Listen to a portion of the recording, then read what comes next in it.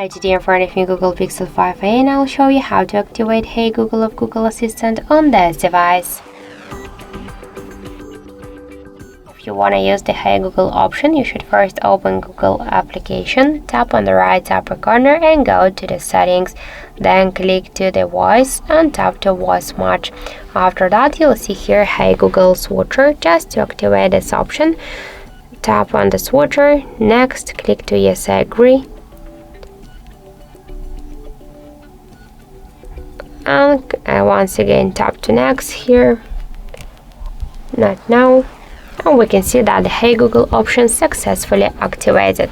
So now we should add our voice model assistant to recognize our voice. So click retain voice model and say, okay Google, what's the weather tomorrow?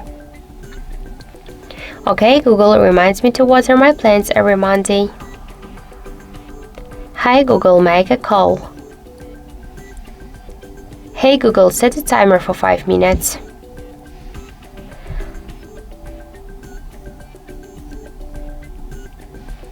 Now tap to next.